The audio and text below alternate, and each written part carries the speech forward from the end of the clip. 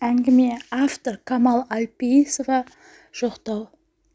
Қайғылы хабарды тосыннан естіген, бұл қаралы үйге асыға жеткенімен, Асылжанның зарлы дауысын естіп, буын-буыны дірілдеп, аузынан шығардай болып атқақтай жөнелген жүрегін тоқтата алмай есік алдында тұрып қалды. Өзінше Асылжанның кішкентайынан бірге өсіп, жұптары жазылып көрмеген жан досының қасында болам, жұбатам, тоқтау саламын деп келген еді.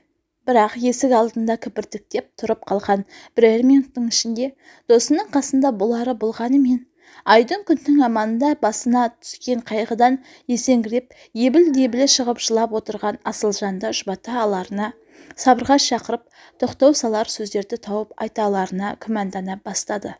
Ол ма? Асылжан жаққа қараған сайын жүрек бауыры кеудесінен суырылып бара жатқандай ауырып, алқымына тығылған ащы өксіктен ықылық атқан өзін тоқтата алмай әлек болды.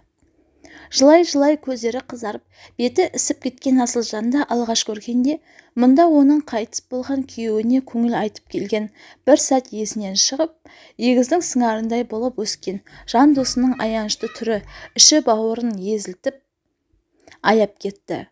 Орталарында ойнап күліп жүрген нәп-нәзік, ақ жарқан, күлім көз келіншек бір күннің ішінде бірнеше жасқа қартайып кеткендей. Басында ақ орамал, белін бөкебаймен орап алған. Төр жағалай отырған 5-6 адамның да қайғыға ортақтастығын білдіріп, көңіл айта келген көрші қоланың да, тіпті анда-санда әрлі-берлі жүгіріп өткен шаруа басындағы әйелдердің де көздері екі қолымен бүйірін таянып, теңселіп жылап отырған Асылжанда. Ол жоқтау айтып отырды. Қамажай алғашында жоқтаудың сөздеріне мән бермей, Асылжанның зарлы даусынан ақ тұла бойы шымырлап, көзінен еріксіз жас парлаған. Сөздерін ұғып, шерлі жырдың тереңіне бойлаған сайын денесі тітіркеніп, іші бауыры үгітіле бастады. Ырғайтының бойынан ырғала өскен тірегім, саялы баққа айналып, саяңда жүрем деп едім. Ертегі елін жырлаймыз, екеуміз бірге деп едің. Көшіне қалай ілестің, келмеске кетер кеменің. Бағанадан бері тоқтаусыз жоқтау айтып отырған Асылжан азалы жырының тағы бір шумағын аяқтай бергенде, қасында отырған әйелдер ұлардай шулап, бірі сыңсып, бірі аһ ұрып, бірі боздайып, үй іші күңіреніп кетті. Қайда кеттің-ау, бауырым? Анаңды кімге тастап кеттің-ау, құлыным-ау, ағатайым-ау, деп жарыса шуласқан әйелдер бірінің сөзін бірі іліп әкетіп, әркім өз арманын айтып жылап жатты. Қамажайдың көзі Асылжанда еді. Айтарын айтып болып сұлық түскен ол, ешкімге мойын бұрмастан, ешкімге назар аудармастан, әлдебір нүктеге қадалып қатты да қалды. Көзі ашық болғанымен, айналасындағыларды көрмейтін сияқты. Ойымен басқа бір кезге, басқа бір әлемге кетіп қалғандай. Анасының белінен орай құшақтап, бауырына тығылған кенже ұлы Дәурен көз жасы мөлт-мөлт етіп анасына бірі, айналасында сыпырылысқан адамдарға бір қарап, жаутаңдап, бірақ қанша ұғайын десе де не болып жатқанын түсінбей отырған сияқты. Ақыры бала шыдамады, білем. Анасының бетіне қарап, оны иығынан қозғап әлденені сұрады. Сонда ғана ұйқысынан оянғандай болып селт еткен Асылжан мазасын алған адамдарға қабағын шытақ қарап еді. Құшағында отырған баласын көріп, ерні дірілдеп, кемсең-кемсең етті. Баласының мөлтеңдеген жанары аянышты түрі оны шым батып бара жатқан ой тұңғиығынан суырып алып, азалы жылаулы бүгінгі күнге қайта оралтты. Ботақаным-ау, сен бұл жерде неғып отырсың? Шошып қолдың ғой күнім-ау. Қорықпа жаным, бәрі жақсы болады. Әлі-ақ жақсы болып кетесің. Баласын арқасынан орай құшақтап, бауырына басқан ол әрі-бері жүгіріп жүрген әйелдер жаққа мойнын созып, әлдекімді іздегендей. Сірә іні-сіңлілерінің біреуін көрсе, баланы мына жерден алып кеттегісі келетін сияқты. Соны сезгендей Дәурен оны мойнынан тас қылып құшақтап алып, асыға сыбырлады. Мама, сен жыламашы, мен ешқашан тентек болмаймын. Сабағымды да жақсы оқимын. Тек жыламашы сен, ема? Бала өзінше жұбатам деп еді, әдетте тентек болмаймын, жақсы оқимын десе, анасы айналып толғанып, бауырына басатын. Кекілінен, құлағының сыртынан ескеп, исің қандай жақсы еді, француз әтір жолда қалады тәйірі, деп күлімсірейтін. Бүгін анасы тұншыға жылап, мұның құп-құттай кеудесіне бетін басып, өксіп жылады. Көзінен тарам-тарам боп аққан көз жасы Дәуреннің жейдесіне барып сіңіп кетіп жатты. Жұбатам деген анасын одан әрі жылатқанына абдыраған бала алақ-жұлақ етіп жан-жағына қарағанда, егіле жылап, өзіне қарай құшақ жайып келе жатқан Қамажайды көріп тұра ұмтылды. «Тәте!» дей берді. Дәуренге жете-жетпестей буын-буыны босап тізерлей отыра кеткен Қамажай баланың шошынған түрін көріп бір-ақ сәтте бойын жиып ала қойды.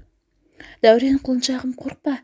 Қазір Нұрлан ағаң келіп алып кетеді. Жүре ғой, жүр, алдынан шығайық екеуміз». Өмірінде көрмеген у-шулы ортаға бірінен соң бір келіп жатқан бейтаныс адамдарға үрпие қарап, денесі дір-дір етіп тұрған баланы көтеріп алып есікке қарай беттеген Қамажай көңіл айтпағаны есіне түсіп артына қайрылап берді. Бұлардан көз айырмай отырған Асылжан досының қашанға әдетімен ең алдымен жас баланың жүрегіне, жүйкесіне түсер салмақты ойлап, Дәуренді мына ортадан әкетуге ұмтылғанын құптаған сыңаймен болар-болмас қана басын изеді.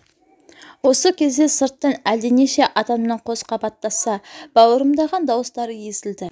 Үй ішіндегі бір сәтке тыншыған жылаулы топтың ішінен мәйітханада жатқан Күмісбекті тану үшін барып, демсіз жатқан денені бірінші көрген тетелес апасы Зайда.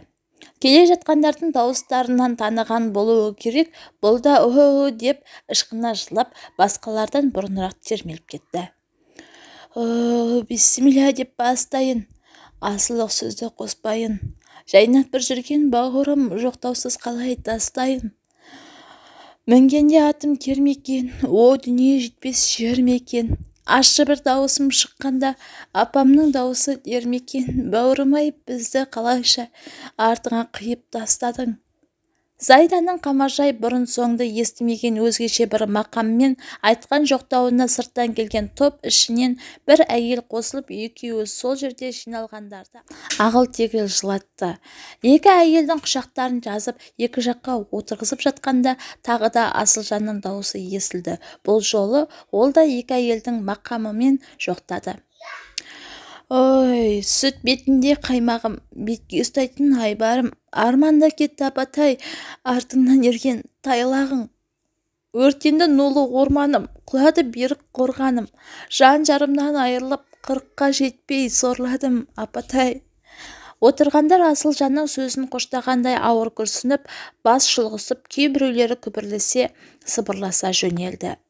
Дәуренді шаруа қамымен шапқылап жүрген өз баласының машинасына отырғызып, қасынан тастамауды қадап тапсырып үйге қайта оралған Қамажай Асылжанның қасына өте алмады. Жылаулы топ отырған бөлмеге апаратын тар дәлізде адамға лық толы. Ары-бері жүру мүмкін болмай қалыпты. Өтем бе деп сығылысып көріп еді, онысынан түк шықпады. Адамдар әлдебір тапшы заттың кезегінде тұрғандай анталап алға ұмтылуда. Қамажай адамдардың соншама иін тіресіп тұрғандарын түсінбесе де, бәрі де көңіл айтып, Асылжанды жұбатуға, бір ауыз жылы сөз айтуға келгендер ғой деп, қапталдағы бөлмеге кіріп, терезенің алдына барып тұрды. Хабар енді жеткен адамдар обап-шұбап келіп жатыр. Күмісбектің мектептес достары, Асылжанның ұжымынан келген кісілер топ-топ болып аулада тұр. Кіріп шықты ма, әлде мына топырдан өте алмай тар дәліздің сәл босауын күтіп тұр ма, белгісіз. 2-3 жігіт анадайда қой сойып бас үйтіп жатыр. Одан беріректе алжапқыш байлап алған келіншектер үлкен қазанда айналшықтап, бірі от жағып, бірі су құйып, әбігерленіп жүр екен. Өмір деген осы, деп ойлады Қамажай. Кеше барсың, бүгін жоқсың. Бұлардың жиған терген ақшаларда жоқ сияқты еді. Не қылды екен? Аттап бассаң ақша керек қой қазір. Ірі қара мал алу керек, дастарханға қажетті заттар алу керек. Жетісі бар, 40-ы бар дегендей. Байғұс Асылжан мұнша қаражатты қайдан табады? Қамажай, сіз мұнда тұр екенсіз ғой. Біз сізді іздеп таба алмай жүрміз. Ауыр ой үстінде тұрған мұны Күмісбектің қарындасы Зеренің дауысы селк еткізді. Өлімді жердің таусылмас тіршілігі де біреуге түсінікті, біреуге түсініксіз. Ғұрыптары да көп боларын. Жанашыр жан араласып, кімнің кім екенін, ненің қайда жатқанын айтып, жөн сілтеп отырмаса, кем-кетігі де көрініп қалатынын білетін өжет, ақылды қыз белді бекем буып, ағасының шаруасына басшылық жасауды өз қолына алған сияқты. Қамажай Зерені үнсіз құшақтап бетінен сүйді. Не айтарын білмеді. Есіктен кіргенде дауысы жігерлі естілген Зере әп-сәтте босап, әдемі қоңырқай көздер жасқа толып шыға келді. Оның көзінен домалап түскен жазды алақанымен сүрткен Қамажай: «Сен мықты бол. Бір бас ие керек мұндайда. Анау Асылжан мүлде есеңгіреп қалыпты. Үйдің жайын сенен артық ешкім білмейді», деді. «Біз де солай ойладық. Зайда тәтем екеуі сол жерде отырсын. Біз Зайра екеуміз шаруаға бас-көз болайық деп шештік. Сосын сіздің де Асылдың қасында болғаныңыз дұрыс шығар. Операциядан шықтыңыз. Бәрібір шаруаға жарамайтын боларсыз. Әрі Асыл сізді тыңдайды ғой. Басу айтып отырарсыз». Бәрін жан-жақты ойластырып алып кесіп шешіп сөйлеп тұрған Зереге іштей сүйсінген Қамажай оны тағы да құшақтап бауырына басты. «Шіркін, осы үйдің қыздарынай бірінен бір өтеді, әрі ақылды, әрі өжет, әрі іскер». Үшеуінің ортасындағы жалғыз ұл болғандықтан ба Күмісбек марқұмды еркелетіп, жел жағынан ықтасын, күн жағынан сая боп тентегін жуып шайып шырпырлары шығушы еді үнемі. Күмісбектің жасы 40-қа жеткенше еркелеп үй тірлігін Асылжанға, түз тірлігін апа жездеріне артып қойып жүргені де содан шығар, кім білсін.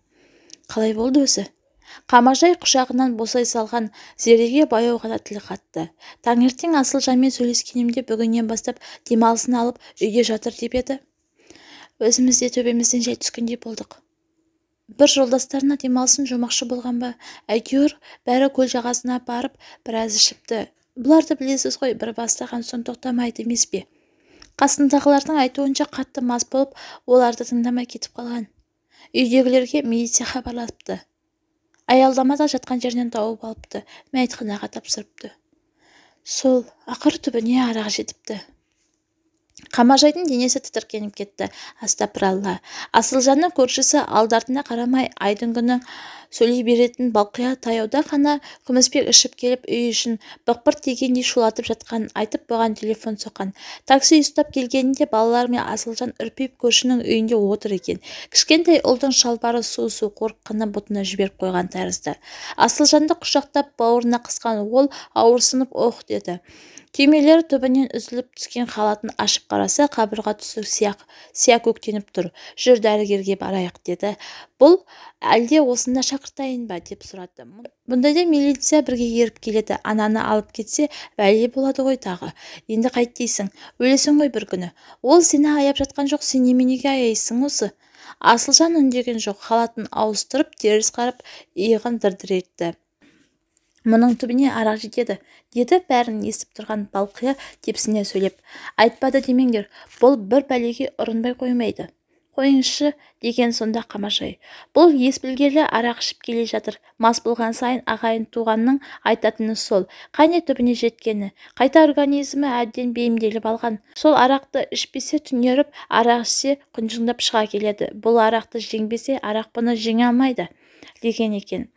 Ағайын туғаны бір басқа, мен бір басқамын. Балқия не айтса да біліп айтады.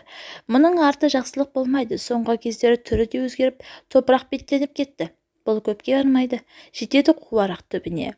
Екілене сөйлеген келіншекті сөзбен тоқтату мүмкін еместігін түсінген Қамажай телефон соққаны үшін оған рахметін айтып, балалар мен Асылжанды күтіп тұрған таксиге отырғызып өз үйіне алып кеткен. 2-3 күннен кейін әдетінше әке-көке деп жалынып, енді аузыма алсам мүрдем кетейін деп қарғанып, әйелі мен бала шағасын үйіне алып кеткен-тін. Содан берді 2 апта өтіпті. Астапыралла. Мына Балқияның шынымен бір көріп келдігі бар шығар. Осындай ой келген Қамажай енді қайтыс болған Күмісбекті емес, соны аттандыруға қажетті дүниені түгендеймін деп шыжыған күнде базарға әрлі-берлі шапқылап жүрген Зерені қайғыға жүрегі шыдамай қайта-қайта талықсыған Зайда апайды ешбір жәбір-жапа көрмегендей аһ ұрып жоқтау айтып жиналған жұртты егілдіріп отырған Асылжанды аяп кетті. Бойына әлде бір күш құйылғандай сезініп, бағанағыдай емес буын-буынның дірілі азайғанын байқады. Ол аса жауапты кездеріндегідей тап қазір өзінің бойын жиып алғанын түсінді. Сосын Зерені арқасынан қағып, жарайды, мен Асылжанның қасына барайын, деп төргі үйге қарай беттеді. Қасына келіп тізе бүккен оның иығына басын қойып Асылжан ұзақ жылады. Жоқтау айтқан жоқ, тіпті қатты дауыс та шығарған жоқ. Тек иығы дір-дір етіп күрсіне шыққан ыстық демі Қамажайдың мойын иығын шарпып тұла бойын шымырлатты. Қоя ғой, деді Қамажай оған кішкентай баланы жұбатқандай болып. Қоя ғой енді. Асылжан құшақтап жан дүниесінің сонау бір тереңінен лықсып-лықсып шығып жатқан әлдебір беймәлім әуеннің, беймәлім күштің ырғағымен екеуі ұзақ уақыт тілінсетіп отырған байқамады да. Қас қарая жұрт аяғы саябырлады. Түс ауғалы бері жоқтау айтушылармен бірге тапжылмай отырған Қамажай осы сәтті пайдаланып Асылжанды түпкі бөлмеге ертіп апарды. Ойы оны сәл де болса ұйықтатып демалдыру. Асылжан әлде бір шаруаларды жөндеу керектігін айтып қарсыласпақшы болып еді. Зайда апай келініне қарап, шаруаны реттеушілер табылады. Сен өз шаруаңды біл. Адамның көбі ертең шығарарда келеді. Анталаған көз саған қадалады. Бойыңды жиып ал, деді нық сөйлеп. Қамажай оның шаруа деп тұрғаны жоқтау айту екендігін бірден түсінді. Асылжанның көз ілінгені сол еді. Есік баяу ашылып, оның сіңілісі Шара бас сұқты.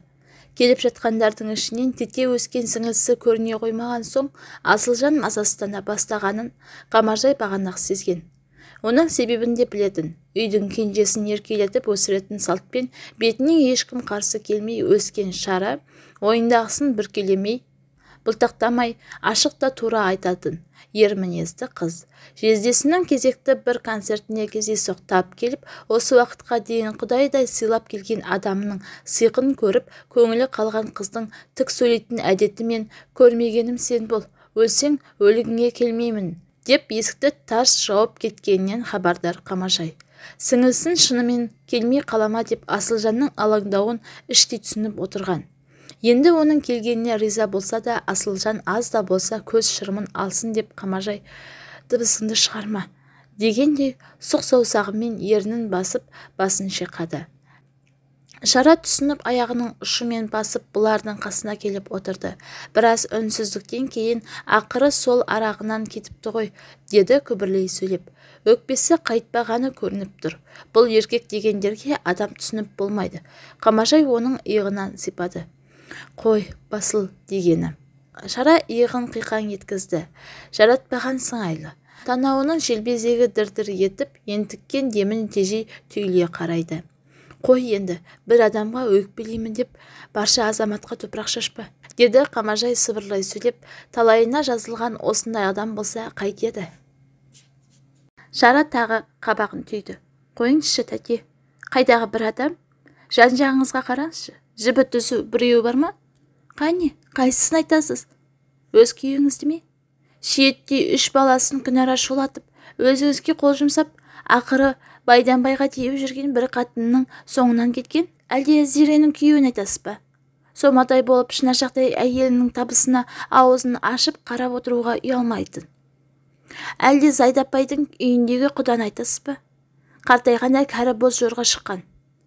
Жүріңіздер сөйтіп мойындарыңызға бір-бір қамытты киіп алып, талайыма жазылған осы деп, соған шүкір етіп. Шараның екпіндете сыбырлағанынан Асылжан селт етіп оянып кетті. Сіңілсін көргенде ерні дірілдеп, көзі жасаурап ұмтыла берген. Шара қабағын түйген қалпы қатқылдау тіл қатты. Жылама, сенің жылағаныңда аз көрген жоқпын ғой, енді жылама. Сосын артықтау кеткенін түсінген болуы керек, апасын құшақтап үн-түнсіз бауырына басты. Сәл демалып ал, кісінің басым көпшілігі ертең келеді ғой, деді. Мұның да Зайдапайдың ойын білдіріп тұрғанын ұққан Асылжан терең күрсініп жастыққа жантайды. Сіз де демалып алыңыз, деді Шара Қамажайға қарап. Мен есікті сырттарыңыздан жауып тастайын. Сосын дауысын бәсеңдетіп мұның құлағына сыбырлайды. Қатындар тамсанып Асылжанның жоқтауын талқылап жатыр. Күмісбекті ауыздарын ашып көздерін жұмып еске алуда. Келеңсіз мінездерін айтқан бір жан жоқ.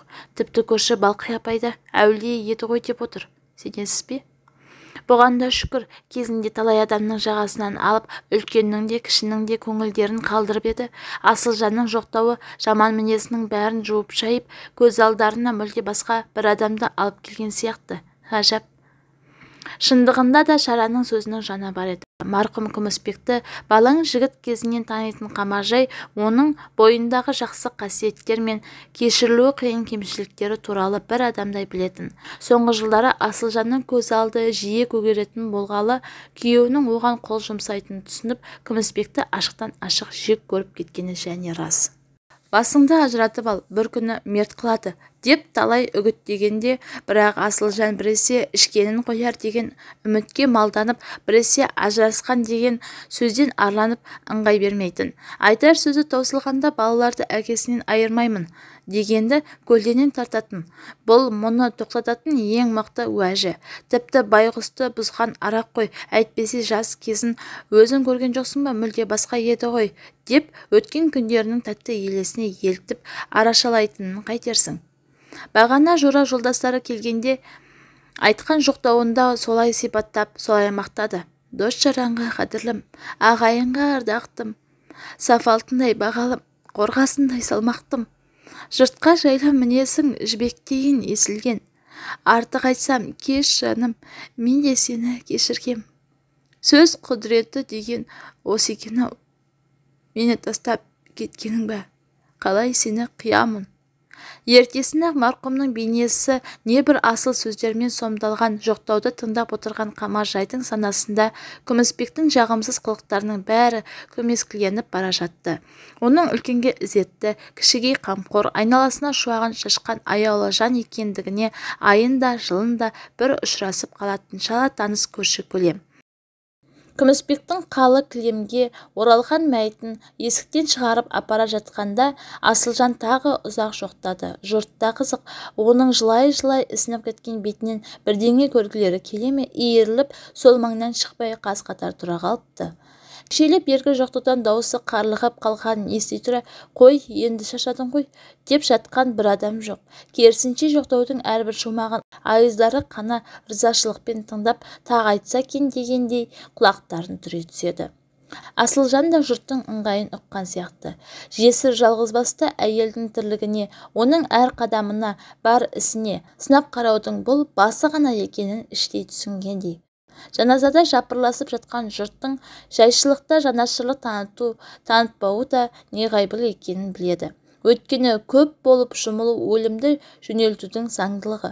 Қазір қаумалап тұрған қауым сәлден кейін тарап, өзінің үймелі-сүймелі 3 баласымен, онсыз да бақыттан шылқып отырмаған басына кездейсоқ тап болған қайғысымен оңаша қаларын ойлап терең күрсінді. 3 күн бойы қасынан бір қадам ұзап шықпаған Қамаржай бір-бірін тілсіз ұғатын қалпымен досының ішкі дүниесінде болып жатқан қат-қабат сезімдерді, алғашқыдағы шошынуы мен абдырауын, содан кейінгі жан күйзелісі мен өкініш наласын, енді міне тәубесі мен шүкіршілігін ұғып отыр. Асылжанның жоқтауын тыңдаған жанның біразы өзгеше ойға шомып, бұған дейін бастарынан кешпеген бір күйде отырғандай. Үйден шығарып кілем төселген ақ машинаға жатқызылған марқұмның артынан ұмтылып, улап-шулаған туыстарды, үлкен жолға қарай баяу жылжыған көліктің соңынан ілескен көпшілік қауым да Асылжанның жоқтауының соңын естіген жоқ. Асылжанға керегі де сол еді. Әйтеуір күйеуіне қарата айтар соңғы сөздерінің көптің естімегенін іштей қалағаны рас. Кілемге ораулы жатқан адамның бір кездері жанына балаған жақыны болғанын ойлағанда өзегі өртеніп бара жатқандай. Іші удай ашып кетті. Өкініштен көкірегі қарс айырылған жесір келіншек соңғы жылдары өмірдің арзан қызықтарына елігіп, қатарына қадірі, ортасына сүйкімі кетіп қалса да, өндірдей жас кездерінде сүйіп қосылған күйеуімен сыпырлай жылап бақылдасты. Бәрін де кешті. Ерлі-зайыптылық өмірлерінде күйеуінің жартып қызықта көрсете алмағаны аз болғандай, енді жесірлік қамытын мойнына іліп кетіп бара жатқаны үшін де налып көз жасын артпады. Сын сағаты туғанда ауыр болар деп аяды. Сол-ақ екен, азалы келіншек неше күн бойы жаны шырып, демеу іздеген жылаулы жанның саябыр тапқанын сезінді. Сезінгені сол. Бақиға сапар шеккен күйеуінің жолы жарық, маңдайы ашық болуын қайта-қайта тілеп, тіліне өз-өзінен ұйқасып оралған сөздерді күбірлеп отырғанын аңдады. Жарқырап тұрған жан-жағым, білдім бе дүние жалғанын? Көтеріп алдым-ау Аллам, тағдырымның басқа салғанын. Бұл мақамы кешелі бері айтылған жоқтау сияқты болғанымен мағынасы өзгеше сөздер еді. Оның негізінде жас әйелдердің өмірге айтқан өкпесі емес, жиналған жұртқа шағынуы да емес. Басына түскен зіл батпан қасіретті жеңуге, тағдыр сынына төтеп беруге бел буған берік шешімі жатты.